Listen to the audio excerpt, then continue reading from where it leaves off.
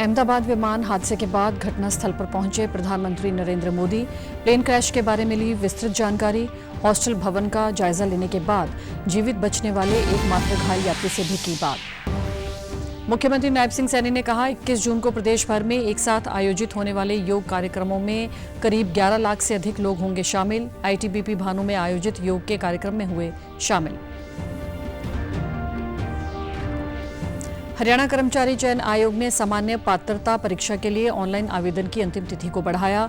14 जून तक कर सकते हैं आवेदन, 16 जून तक हो सकेंगे शुल्क जमा।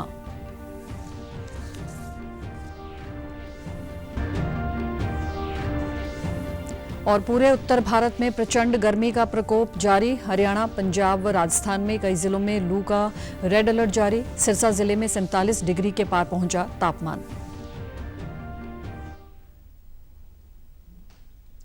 नमस्कार, मैं भानुप्रिया। अब समाचार विस्तार से। अहमदाबाद में कल हुए भीषण विमान हादसे के बाद प्रधानमंत्री नरेंद्र मोदी आज अहमदाबाद पहुंचे हैं। यहां पर अहमदाबाद हवाई अड्डे पर मंत्रियों और अधिकारियों के साथ समीक्षा बैठक की। इस दौरान अहमदाबाद विमान हादसे के बाद के हालात की समीक्षा की गई है। पीएम ने अहमदाबाद में विमान हादसे के दुर्घटना स्थल का भी जायजा लिया। उनके साथ गुजरात के मुख्यमंत्री और केंद्रीय नागरिक उड्डयन मंत्री के साथ साथ शीर्ष अधिकारी भी मौजूद रहे। पीएम ने घटनास्थल को देखा और हादसे से जुड़ी बारीक से बारीक जानकारी हासिल की है। उन्होंने उस हॉस्टल भवन को भी देखा है जो कि विमान के मलबे से क्षतिग्रस्त हो गया है। प्रधानमंत्री ने अहमदाबाद हादसे में जिंदा बच जाने वाले एकमात्र यात्री रमेश विश्वास कुमार से मुलाकात की है और उनका हालचाल जाना। वे अहमदाबाद सिविल अस्पताल में अन्य घायलों से भी मिले और उनका हालचाल जाना। प्रधानमंत्री ने एक्स पर जानकारी दी और लिखा है कि आज अहमदाबाद में दुर्घटना स्थल का दौरा किया। तबाही का मंजर दुखद है। अधिकारियों और टीमों से मुलाकात की जो घटना के बाद अथक परिश्रम कर रहे हैं। हमारी संवेदनाएं उन लोगों के साथ हैं जिन्होंने इस त्रासदी में अपने प्रियजनों को खो दिया है। वहीं केंद्रीय गृह मंत्री अमित शाह ने कल दुर्घटना स्थल का दौरा किया और हालातों का जायजा लिया। इसके बाद पत्रकारों से बातचीत में उन्होंने कहा कि मामले की गहन जांच की जाएगी।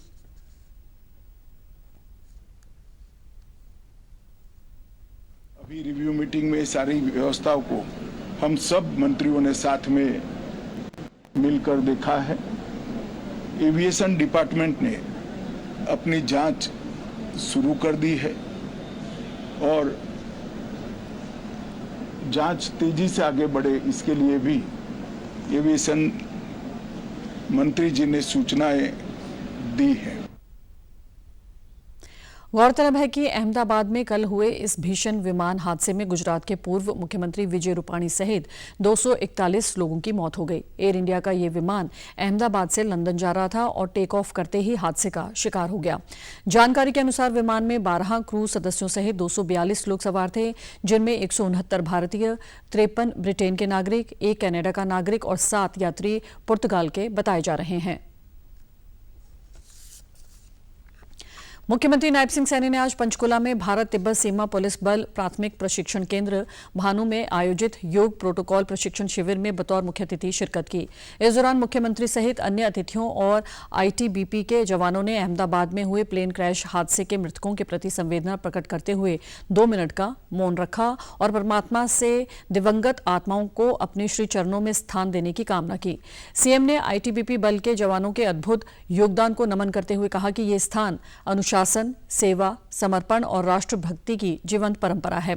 हमारे जवान कठिन परिस्थितियों में उत्तर पूर्वी सीमाओं की दिन रात रक्षा करते हैं। सीएम ने कहा कि 11वें अंतर्राष्ट्रीय योग दिवस को ऐतिहासिक बनाने की दिशा में पुरजोर तैयारियां की जा रही हैं।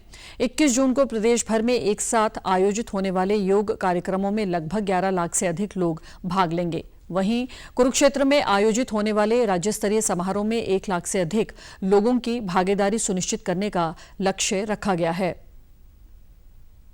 प्रदान करने के अतिरिक्त टीम भावना, आपसी सहयोग और अनुशासन भी सिखाता है। इसीलिए योग और सैनिकों का गहरा संबंध है। हम जानते हैं यह आपके कार्य की प्रकृति की जरूरत भी है कि इस वर्ष 21 जून को हम सब मिलकर के हरियाणा में एक नया इतिहास वो रचने जा रहे हैं।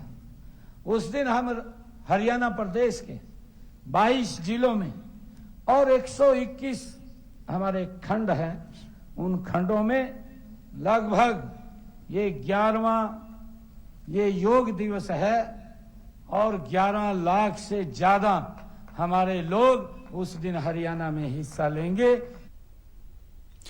मुख्यमंत्री ने हरियाणा योग आयोग की सराहना करते हुए कहा कि हरियाणा में 11वें अंतर्राष्ट्रीय योग दिवस की शुरुआत गत 27 मई से ही हो चुकी है और पूरे राज्य में योग कार्यक्रमों का आयोजन किया जा रहा है।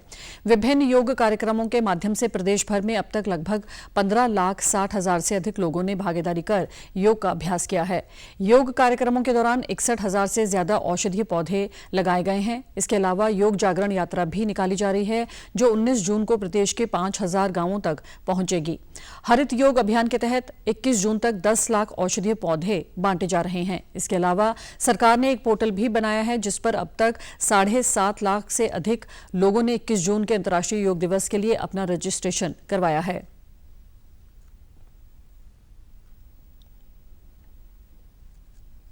योग कार्यक्रम में जिन लोगों ने भाग लिया है, जो इसके साथ जुड़े हैं, हरियाणा प्रदेश के अंदर हर रोज इसकी गतिविधियां चल रही हैं कि 15,60,102 लोगों ने इसमें लगातार अब तक इसमें कहीं ना कहीं पार्टिसिपेट किया है, इस योग के साथ जुड़े हैं। हरियाणा प्रदेश के अंदर लोगों ने इसमें रुचि लेते हुए 7,65,500 लोगों ने अपना रजिस्ट्रेशन भी 21 जून के लिए कि हम इसमें शामिल होंगे। जो औषधीय पौधे हैं वो भी हमारे जो प्रशिक्षक हैं वो उसको लगाने का काम करते हैं और इसके तहत 61,149 हमने औषधीय पौधे वो हरियाणा प्रदेश के अंदर लगाए हैं।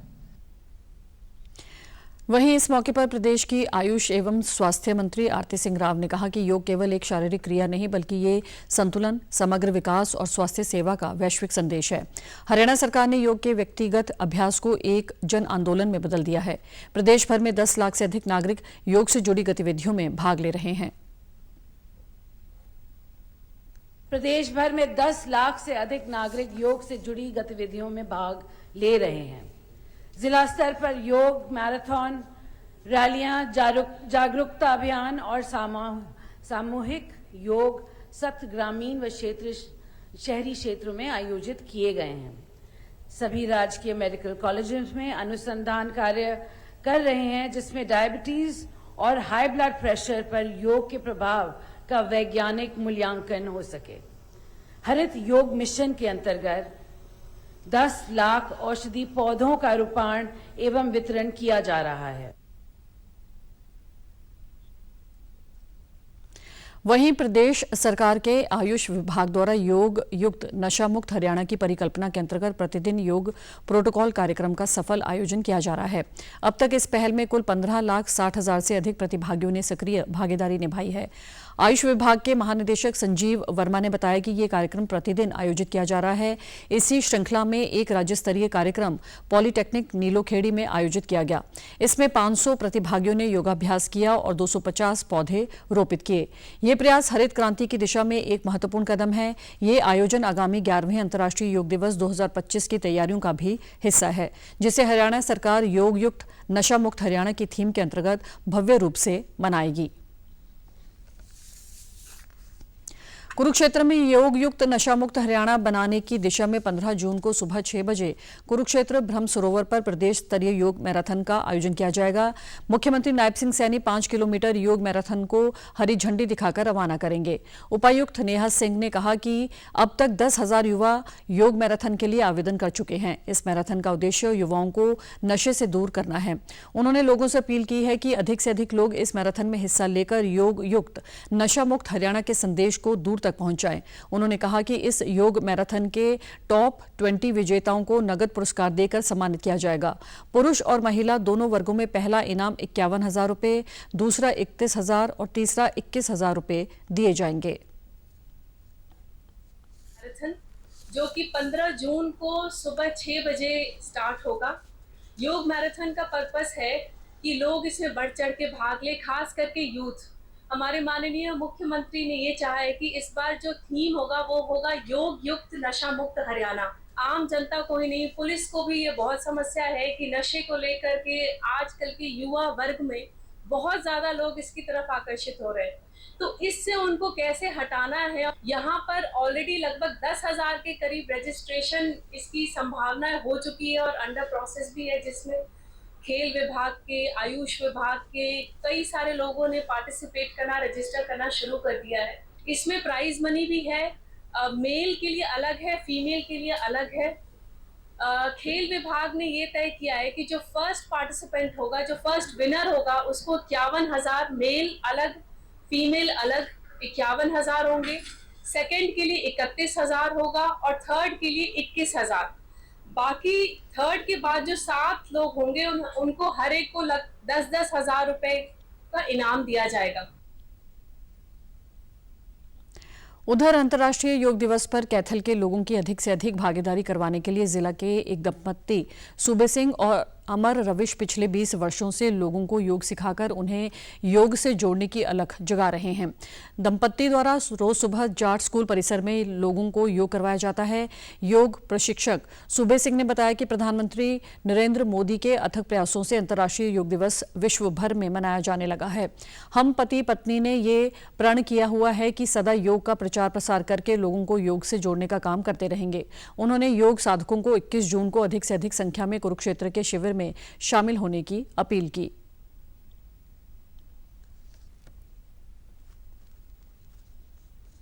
21 जून के लिए एक ऐसा दिन इस धरा के लिए उन्होंने दिया है कि जो हर प्रकार का स्वास्थ्य, हर प्रकार की प्रसन्नता, खुशी, स्वास्थ्य और अपने कारोबार की उन्नति, परिवार की उन्नति, रिश्तों में संदिग्धता, एक ऐसा कार्य है ये योग का कि योग के माध्यम से हम चतुर्मुखी विकास, चहुमुखी विकास कर सकते हैं।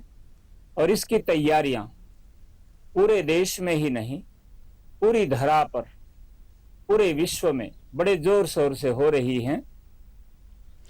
वहीं जाट स्कूल परिसर में लगने वाले योग शिविर में भाग लेने वाले योग साधकों ने बताया कि वे इस योग शिविर में पिछले कई वर्षों से आ रहे हैं और योग करने से उन्होंने गंभीर बीमारियों से छुटकारा पाया है। वास्तव में योग इंसान को स्वस्थ रखने में बड़ी भूमिका निभाता है। साल से योग से जुड़ा हूँ और जब से योग से जुड़ा हूँ मुझे बहुत ही अच्छा लगा है और मेरा शरीर स्वस्थ है और मैंने अपने आप को बहुत अच्छा जीवन अपना बनाया है और मुझे सारा दिन प्रसन्नता रहती है, खुशी रहती है मन में। तो इसलिए योग के बगैर कोई जीवन नहीं है, योग ही जीवन है। तो जब तक शरीर स्वस्थ नहीं है आप किसी भी क्षेत्र में आगे नहीं बढ़ सकते। मैं अपना ही हाल बताती हूँ, मैं बहुत ज्यादा परेशान हो चुकी थी मेरी कमर की दर्द की वजह से। एक तो एलोपैथी डॉक्टर की वाइफ होने के नाते मैं सब जगह गई तो बहुत ज्यादा मुझे डिप्रेशन भी हो गया था। सब डॉक्टर्स हार चुके थे, मुझे खुद को समझ नहीं आ रहा था मुझे करना क्या है। तो मास्टर जी के सानिध्य में मैं काफी टाइम से योग कर रही हूँ और मैं बहुत ज्यादा स्वस्थ महसूस कर रही हूँ। अगर आपका शरीर स्वस्थ नहीं है तो आपका जीवन बिल्कुल ही बेकार हो जाता है। ये 2014 से आज तक मैंने कभी भी कोई दवाई नहीं ली, अंग्रेजी कोई भी दवाई, और मैं इतना स्वस्थ हूँ। मैं सभी को ये कहता हूँ कि करो योग, रहो निरोग, क्योंकि योग करने से हमारे शरीर में स्फूर्ति बनी रहेगी, किसी प्रकार का रोग नहीं होगा। इसलिए मैं तो यही भगवान से प्रार्थना करता हूँ हमारा देश स्वस्थ रहे, पूरा विश्व स्वस्थ रहे। हरियाणा कर्मचारी चयन आयोग के सदस्य भूपेंद्र चौहान ने जानकारी देते हुए बताया कि सामान्य पात्रता परीक्षा के विज्ञापन संख्या 1/2025 के लिए ऑनलाइन आवेदन की अंतिम तिथि को बढ़ा दिया गया है। पूर्व में अंतिम तिथि 12 जून निर्धारित थी, लेकिन अभ्यर्थियों की सुविधा को ध्यान में रखते हुए अब इसे 14 जून को रात 11:59 तक बढ़ाया गया है। साथ ही आवेदन शुल्क जमा करने की अंतिम तिथि भी अब 16 जून शाम 6 बजे तक निर्धारित की गई है। उन्होंने स्पष्ट किया कि ये तिथि वृद्धि अंतिम है और इसके बाद कोई भी आगे बढ़ोतरी नहीं की जाएगी। इसलिए इच्छुक उम्मीदवारों से आग्रह है कि वे निर्धारित समय सीमा के भीतर अपना पंजीकरण एवं शुल्क भुगतान अवश्य सुनिश्चित करें। साथ ही उन्होंने अभ्यर्थियों से अपील की कि वे केवल आधिकारिक पोर्टल के माध्यम से ही आवेदन करें और किसी भी अफवाह अथवा भ्रामक सूचना पर ध्यान न दें। प्रदेश के ऊर्जा एवं श्रम मंत्री अनिल विज ने कल अंबाला में मानसून सीजन से पहले बाढ़ नियंत्रण प्रबंधों का जायजा लिया। इस दौरान उनके साथ जिला उपायुक्त, नगर निगम आयुक्त, नगर परिषद अध्यक्ष व उपाध्यक्ष के अलावा अन्य वरिष्ठ अधिकारीगण मौजूद रहे। इस मौके पर ऊर्जा मंत्री विभिन्न कार्यों में कमियों को लेकर नाराज दिखे और संबंधित अधिकारियों व ठेकेदारों को फटकार लगाते हुए कहा कि समय पर सारा काम हो जाना चाहिए ताकि बरसाती मौसम में आमजन को परेशानी न हो। कार्य में कोताही बरतने वालों के खिलाफ सख्त कार्रवाई अमल में लाई जाएगी। उन्होंने कहा कि मानसून आने वाला है, इसलिए लंबित कार्य जल्द पूरे हो जाने चाहिए। साथ ही उन्होंने निर्देश देते हुए कहा कि पानी के शिविरों व नालियों की सफाई का कार्य भी जल्द पूरा किया जाए। भी हमने कहा है कि भाई तुरंत, क्योंकि तो मानसून बहुत नज़दीक है, तो हमने कहा भी ये भी आप लोग करें। विशेष तौर से अंबाला छावनी के ऊपर मैंने एक ड्रेन बनवाई थी, डाइवर्शन ड्रेन। शायद अंबाला छावनी के बहुत कम ड्रेन, ताकि जो ऊपर से पानी आता है हमारे शहर में आने से पहले ही हमने आगे 200 क्यूसेक के पंप लगाए। काफी तैयारी हुई है। बाकी भी जहाँ जहाँ ठेके दिए हुए हैं वो काम कर रहा नहीं कर रहा वो भी हमने देखा, और अगर मैं नहीं कर रहा तो जो कानून में सख्त से सख्त सजा है वो भी देने के लिए मैंने कहा। राष्ट्रीय अन्वेषण अभिकरण ने अमृतसर पुलिस चौकी ग्रेनेड हमले के सिलसिले में पंजाब और हरियाणा में आतंकी संगठन बब्बर खालसा इंटरनेशनल से जुड़े विभिन्न स्थलों पर छापे मारे हैं। एनआईए ने बताया कि कल पंजाब में अमृतसर, तरनतारण, फिरोजपुर, पठानकोट, कपूरथला और रूपनगर तथा हरियाणा के सिरसा में 15 स्थानों की तलाशी ली गई। तलाशी के दौरान मोबाइल फोन, डिजिटल उपकरण और दस्तावेज सहित अनेक आपत्तिजनक सामग्री जब्त की गई। इनकी गहन जांच की जा रही है। पुलिस चौकी गुमताला पर यह हमला पिछले दिनों पंजाब और हरियाणा में कानून प्रवर्तन प्रतिष्ठानों को निशाना बनाकर किए गए बब्बर खालसा इंटरनेशनल के हमलों की कड़ी में है। इस आतंकी संगठन के विदेशी कार्यकर्ता हैप्पी पासियन ने इस हमले की जिम्मेदारी ली थी। एनआईए ने बताया कि हमले के लिए विस्फोटक और वित्तीय सहायता बब्बर खालसा इंटरनेशनल के सरवंत सिंह ने बग्गा सिंह और मनदीप सिंह को उपलब्ध कराई थी। बग्गा को इस वर्ष फरवरी में पंजाब पुलिस ने गिरफ्तार कर लिया था, जबकि मनदीप सिंह अभी फरार है। हरियाणा राज्य बाल कल्याण परिषद द्वारा बाल दिवस के उपलक्ष्य में आज राज्य स्तरीय पुरस्कार वितरण समारोह करनाल के मंगल सेन सभागार में आयोजित किया गया। राज्य बाल कल्याण परिषद की मानद महासचिव सुषमा गुप्ता ने प्रदेश भर के 378 विजेता बच्चों को पुरस्कार देकर सम्मानित किया। पत्रकारों से बातचीत में उन्होंने बताया कि ऐसी प्रतियोगिताओं से बच्चों को उत्साह मिलता है और उनका आत्मविश्वास बढ़ता है। यह मात्र एक प्रतियोगिता है और बच्चों को इसे हार जीत में नहीं लेना चाहिए। वहीं जिला बाल कल्याण अधिकारी डॉक्टर सतीश ने कहा कि यह कार्यक्रम बहुत सफल रहा। बच्चे जीते हैं, इसमें से पार्टिसिपेट तो 22 के 22 डिस्ट्रिक्टों ने करा था। टोटल 378 बच्चे हैं जो यहाँ आए हैं।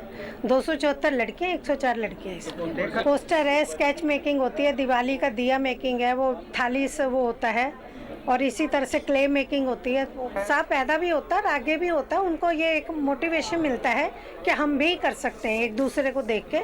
मैं तो कहती हूँ इसको हार जीत में नहीं लेना चाहिए। बच्चों को जो जीते उन बहुत बहुत मुबारक है सबको। बहुत अच्छा लगा, सभी ने बहुत बढ़िया काम किया और वेल सक्सेस प्रोग्राम था ये। देखिए चीफ गेस्ट के ना आने के बाद भी कितने बढ़िया तरीके से प्रोग्राम को किया गया। मैं दिल से सभी टीचर्स का, अधिकारियों का और मेरे पूरे स्टाफ का दिल से धन्यवाद करता हूँ। और इसमें लगभग 500-550 बच्चे ने जिनको हमने सम्मानित किया है, जो स्टेट लेवल पे पोजीशन लेकर के आए हैं, उन बच्चों को अपने इस प्रोग्राम के अंदर सम्मानित किया है। वहीं विजेता बच्चों ने कहा कि उन्हें पुरस्कार जीतकर बहुत खुशी है और वे इस क्षेत्र में और आगे बढ़ना चाहते हैं। उन्होंने भविष्य में और भी अच्छा कार्य करने की बात कही। मेकिंग में सेकंड प्राइज मिला ग्रुप 4 में, तो हमें बहुत खुशी है इसकी और हम आगे फर्स्ट प्राइज के लिए ज़रूर कोशिश करेंगे। हौसला तो बहुत बढ़ता है और आगे के लिए हमें अच्छा फील होता है कि हम आगे इससे और ज़्यादा अच्छा करेंगे। मुझे सेकंड प्राइज मिला है और मुझे बहुत अच्छा लग रहा है और मैं आगे एनिमेशन का कोर्स करना चाहता हूँ। दिल्ली एनसीआर समेत पूरा उत्तर भारत इन दिनों भीषण गर्मी की चपेट में है, लेकिन आज से मौसम में बदलाव के संकेत हैं। इसके बाद गर्मी से राहत मिलने की उम्मीद है। भारतीय मौसम विभाग के ताजा अनुमान के अनुसार आज भीषण लू और धूल भरी आंधी के साथ बारिश की संभावना है। मौसम विभाग के मुताबिक कल से तापमान में गिरावट शुरू हो सकती है। इसके बाद से 15 से 18 जून तक मौसम स्थिर रह सकता है। मौसम विभाग ने हरियाणा, पंजाब, राजस्थान में आज लू का रेड अलर्ट जारी किया है। उधर सिरसा में पिछले एक सप्ताह से गर्मी का सितम जारी है। आज भी दिन का अधिकतम तापमान 47 डिग्री सेल्सियस रिकॉर्ड किया गया, जो हरियाणा में सर्वाधिक रहा। विभाग के अनुसार अभी 2 से 3 दिन तक गर्मी के साथ लू के थपेड़े ऐसे ही परेशान करेंगे। जिला प्रशासन और स्वास्थ्य विभाग ने आम लोगों को गर्मी और लू से बचने की हिदायतें जारी करते हुए जरूरी काम होने पर ही घरों से निकलने की सलाह दी है। सिरसा नागरिक अस्पताल के सीएमओ डॉक्टर महेंद्र भादु ने बताया कि सिरसा में अब तक का रिकॉर्ड तापमान दर्ज किया गया है। किसानों को भी सुबह व शाम को खेतों में काम करने की सलाह दी गई है। अभी तक सिरसा जिला में हीट स्ट्रोक का कोई भी केस सामने नहीं आया है। लू से बचने के लिए छोटे बच्चे और बुजुर्ग विशेष सावधानियां बरतें।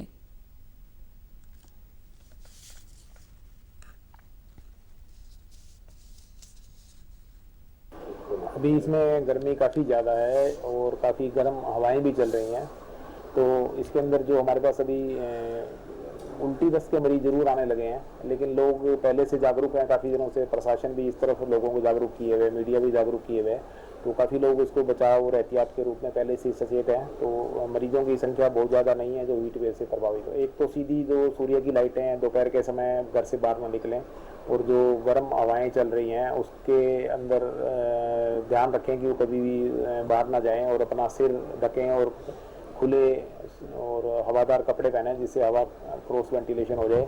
और ज़रूर घर से कुछ अपना खान पान करके निकलें, भूखे पेट ना निकलें, और तरल पदार्थ हमेशा अपने पास रखें। जब भी उनको थोड़ा सा भी एहसास होता है गर्मी का, तो पानी लगातार पिएं। हर घंटे में ज़रूर 1 गिलास 2 गिलास पानी वो ज़रूर पीते रहें, और धूप में जाने से बचें। उधर सिरसा जिले में कोरोना के 3 संक्रमित मिलने पर उन्हें होम आइसोलेट किया गया है। साथ ही स्वास्थ्य विभाग भी अलर्ट पर आ गया है।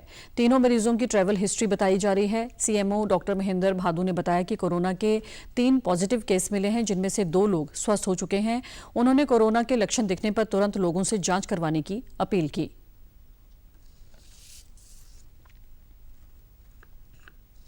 एक की गुड़गांव से पॉजिटिव होकर यहाँ आइसोलेशन के लिए आए हुए हैं। दूसरा जो मरीज़ हमारे निकला है वो उसकी दिल्ली से ट्रैवलिंग की हिस्ट्री है, और तीसरा जो पेशेंट डबवाली का है वो बठिंडा में किसी प्राइवेट अस्पताल में इलाज करा रहा था किसी बीमारी के लिए, वहाँ वो पॉजिटिव पाए गए। तीनों बिल्कुल ठीक हैं, होम आइसोलेशन पे हैं, और एक पहले मरीज़ को तो अभी उसका साइकिल भी पूरा हो गया जो 7 दिन का आइसोलेशन है, तो बिल्कुल उनके साथ रहने वाले लोगों के भी टेस्ट किए गए हैं, वो सभी ठीक पाए गए हैं और नेगेटिव हैं, और उनमें कोई लक्षण नहीं नज़र आए। अभी जो कोरोना का जो एप्रोप्रिएट बिहेवियर है पिछले हर इस चरण में हम देखते आए हैं, जिससे लोगों से थोड़ा सा भीड़ भाड़ के इलाकों में जाने से बचें, और कहीं उनको लक्षण लगें, कहीं भी तेज़ बुखार के, ज़्यादा खांसी जुकाम की शिकायत हो, तो वो अपना ज़रूर टेस्ट करवाएं। अंबाला छावनी के नागरिक अस्पताल परिसर में आज एक पेड़ मां के नाम अभियान के तहत पौधारोपण कार्यक्रम का आयोजन किया गया। नागरिक अस्पताल की वरिष्ठ चिकित्सक डॉक्टर पूजा पटेल ने पौधा रोपित कर अभियान की शुरुआत की। इस दौरान उन्होंने उपस्थित लोगों को पेड़ों के महत्व के बारे में बताते हुए कहा कि वृक्ष हमारे जीवन का आधार है। यदि हर व्यक्ति एक पौधा अपनी मां के नाम से लगाए तो ये एक भावनात्मक जुड़ाव भी होगा और पर्यावरण संरक्षण की दिशा में बड़ा कदम साबित होगा।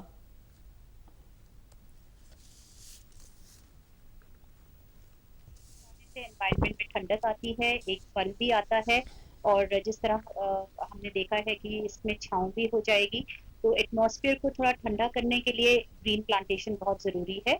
इसी तहत हम अंबाला कैंट को ग्रीन रखना चाहते हैं, अपने हॉस्पिटल को ग्रीन ज़्यादा करने के लिए ये पेड़ लगाए जा रहे हैं। सफाई हम रोज़ रूटीन में राउंड्स हो रहे हैं हॉस्पिटल में, हमें बहुत पर्सनली जाके देखते हैं हम कि यहाँ पे हर वार्ड में सफाई दुरुस्त हो।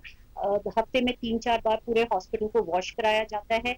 यहाँ पे डिसइंफेक्टेंट्स, हमारे पास लिक्विड डिसइंफेक्टेंट्स हैं जिसके तहत हम सारी सफाई रखते हैं, और हमारी पूरी कोशिश रहेगी कि जिस इतना सुंदर हॉस्पिटल हमारे माननीय अनिल विज सर ने हमें दिया है उसको मेंटेन रखें, उसकी सुंदरता को बरकरार रखें।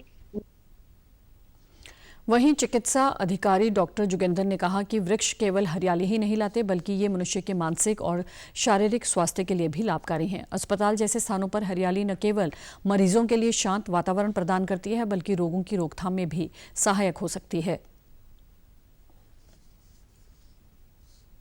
हर दिन टेम्परेचर बढ़ता जा रहा है। इस बार सबसे गर्म जनवरी, सबसे गर्म फरवरी और सबसे गर्म मार्च रहा और ये प्लांटेशन हम लगातार करते रहे हैं और आगे भी करते रहेंगे। प्लांटेशन से हमें बहुत सारे फायदे थे, जिसमें सबसे पहला जो है फूड भी मिलता है, टेम्परेचर कंट्रोल होता है, डस्ट पार्टिकल भी कंट्रोल होते हैं और साउंड पोल्यूशन भी कंट्रोल होता है। अल्टीमेटली ये ऑक्सीजन जो हमें जनरेट करते हैं वो हमें एक बेटर लाइफ देते हैं। जैसे आप जानते हैं कि सभी महापुरुषों को ज्ञान जो पेड़ के नीचे मिला, वो ऑक्सीजन थेरेपी भी एक तरह की होती है। तो पेड़ लगाना हमारे लिए बहुत जरूरी है। ये आज की मुहिम एक पेड़ माँ के नाम के अंतर्गत हम लगा रहे हैं और इसमें डॉक्टर पूजा ने बड़ा इनिशिएटिव लिया। ये अपनी माँ के पिताजी के नाम पे आज एक पेड़ लगा रहे हैं। बाकी सभी हम लोग कोशिश करेंगे कि अच्छे से प्लांटेशन। पलवल के दुधौला स्थित श्री विश्वकर्मा कौशल विश्वविद्यालय के B Voc robotics and automation के विद्यार्थियों ने मोबाइल से ऑपरेट होने वाली पोछा मशीन तैयार की है। महज 8,000 रुपये की लागत से तैयार ये मशीन वैक्यूम क्लीनर के जरिए धूल मिट्टी को जमा कर लेती है और गीला पोछा लगाते हुए चलती है। वजन में बहुत हल्की इस मशीन से पानी की भी बचत होती है।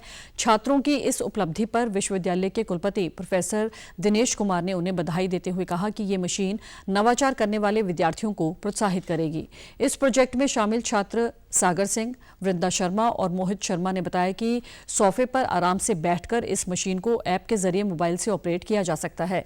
इस मशीन में 3 infrared sensor, ultrasonic sensor, BLDC motor और DC मोटर लगाई गई है। ये माइक्रो कंट्रोलर के जरिए काम करती है। इसे हम मोबाइल ऐप से भी कंट्रोल कर सकते हैं, नहीं तो 20 सेकेंड के बाद ये ऑटोमेटिक तरीके से भी चलने लगती है। इस मशीन में ब्लूटूथ लगा है जिससे ये आसानी से मोबाइल फोन से कनेक्ट हो जाती है। पीछे वाला मूविंग का है। वैक्यूम के लिए हमने एक कंटेनर भी दे रखा है जिसमें डस्ट इकट्ठा होगा सारा। और मूविंग में 2 वो हैं, एक तो हम वेट मूविंग कर सकते हैं, उससे ड्राई मूविंग। वेट मूविंग के लिए हमने उसमें एक कंटेनर दे रखा है वाटर का, जो अराउंड 800 ml पानी स्टोर करता है। और इसके 2 ऑपरेटिंग मोड हैं, मैनुअल और automatic.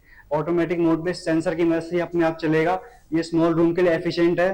Vivo robotics and automation final year का स्टूडेंट हूँ। मैंने और मेरी टीम ने एक ऑटोमेटिक मोप एंड वैक्यूम मशीन बनाई है, जो कि दो मोड है उसके ऑपरेटिंग के, manual plus automatic, with the help of sensors, जिससे हम इजीली रूम को क्लीन कर सकते हैं। और किसी भी सोफे और बेड पर बैठ के ये कॉस्ट इफेक्टिव है।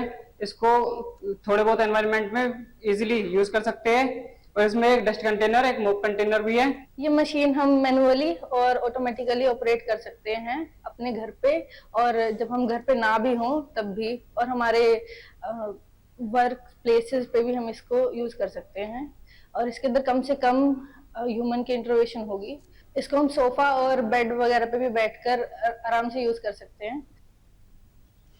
विश्वविद्यालय में कौशल प्रशिक्षक शंशवीर डागर ने बताया कि विद्यार्थियों ने बड़ी मेहनत से इस प्रोजेक्ट को तैयार किया है। इसके अलावा और भी कई प्रोजेक्ट पर काम चल रहा है। विद्यार्थी ऑटोमेशन के प्रोजेक्ट तैयार कर रहे हैं। श्री विश्वकर्मा कौशल विश्वविद्यालय ने सेंटर ऑफ एक्सीलेंस में अत्याधुनिक मशीनों से युक्त लैब विद्यार्थियों के नवाचार को समर्पित की है। वो ऑटोमेटिक मोड पे और मैनुअल मोड पे। सो मैनुअल मोड पे हम आराम से कहीं भी एक जगह बैठ के उसको कंट्रोल कर सकते हैं। उसमें हमारा कुछ सेंसर्स भी हमने यूज़ किए हैं, जिसमें कि अल्ट्रासोनिक सेंसर्स हैं हमारे, और इसमें BLDC मोटर है, जो कि ड्रोन में हमारी मोटर यूज़ होती है। तो उसी को हमने ऐसे वैक्यूम क्लीनर के रूप में इसको यूज़ किया। तो बच्चों ने काफ़ी मेहनत करी है इसमें, और जो सेंटर ऑफ एक्सीलेंस है हमारे यहाँ पे, उसमें बच्चे निरंतर इस तरीके के प्रोजेक्ट्स करते रहते हैं।